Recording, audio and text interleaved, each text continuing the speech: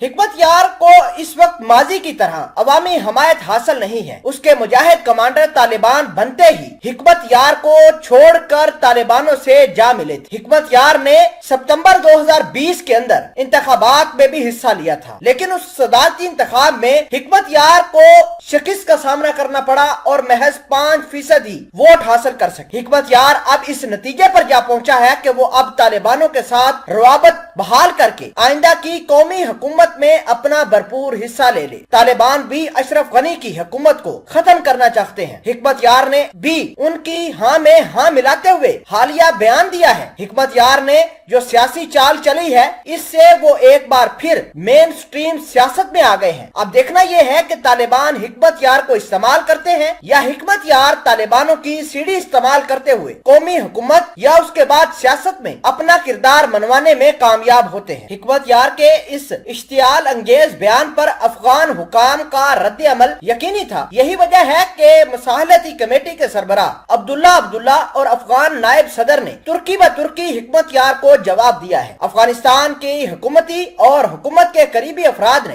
हिकमत यार को खाइन, इक्तदार का भूखा, बागी, धोखेबाज, अदमे इस्तेहकाम का शिकार करने वाला, साजिशी, बदअमनी का जिम्मेदार, जंग की आग भड़काने वाला और इस तरह के मुताद्दद अलकबात से नवाजा है। हिकमत यार ने इस वक्त क्यों बयान दिया है, इस पर मुख्तलिफ आरा सामने आ रही हैं। इस वसी हल्के का कहना है कि हिकमत यार पुराना खिलाड़ी है। उसे महसूस हो गया है कि अमेरिका और अशरफ गनी के हामी अंदरूनी और बैरूनी दड़े बैनुल अक़वामी मुज़ाकरात को कामयाब बनाने के लिए अफगानिस्तान में कौमी इत्तेहाद की हुकूमत तश्कील देना चाहते हैं, क्योंकि तालिबान मौजूदा हुकूमत को न तस्लीम करने को तैयार है और न ही उसके साथ मुज़ाकरात की मेज पर बैठने को तैयार है। अब दोस्तों बात करते हैं अमेरिका की। तो अमेरिका की जो बाइडन की इंतजामिया ने इस बात का ऐलान किया है कि अफगानिस्तान के जिहादी रहनुमा गुलबदीन हिकमत यार ने तंदो तेज बयान देकर अफगान सियासत का रुख मोड़ने की कोशिश की है। हिज़्ब इस्लामी के सरबराह हिकमत यार ने अशरफ गनी की हुकूमत को धमकी दी है कि अगर हुकूमत ने उनकी जमात से वाबस्ता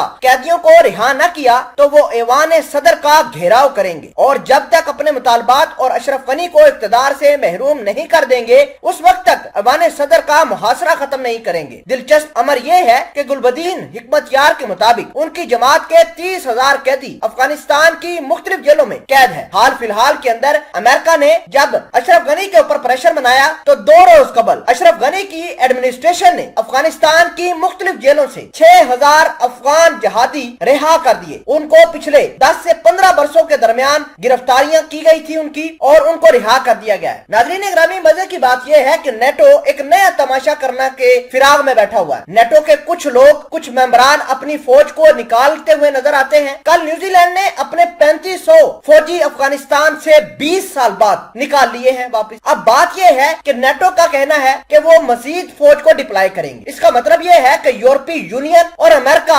अफगानिस्तान के मसले को लेकर मुख्तलिफ आरा रखते हैं और अशरफ गनी इस तमाम तर कहानी में सैंडविच बन गए हैं। अब देखना है कि अशरफ गनी को अमेरिका इस हाल में सपोर्ट करता है या नहीं, हिकमत यार को क्या तालिबान एक्सेप्ट करते हैं या नहीं, क्या तालिबान भी हिकमत यार को उसी तरह गद्दार कहेंगे जिस तरह अब्दुल्ला और अशरफ गनी के आला हुकाम ने कहा है। नाज़रीन ग्रामी, ये बहुत बड़े सवाल हैं जो बाइडन की एडमिनिस्ट्रेशन के लिए एक बहुत बड़ा चैलेंज सामने है कि तालिबानों को किस तरह कन्विंस किया जाए कि वो मुज़ाकरात के टेबल पर आए और अफगानिस्तान का क्राइसिस खत्म करें। आप इस वीडियो के बारे में क्या राय रखते हैं? कमेंट सेक्शन में वीडियो के बारे में जरूर बताइएगा।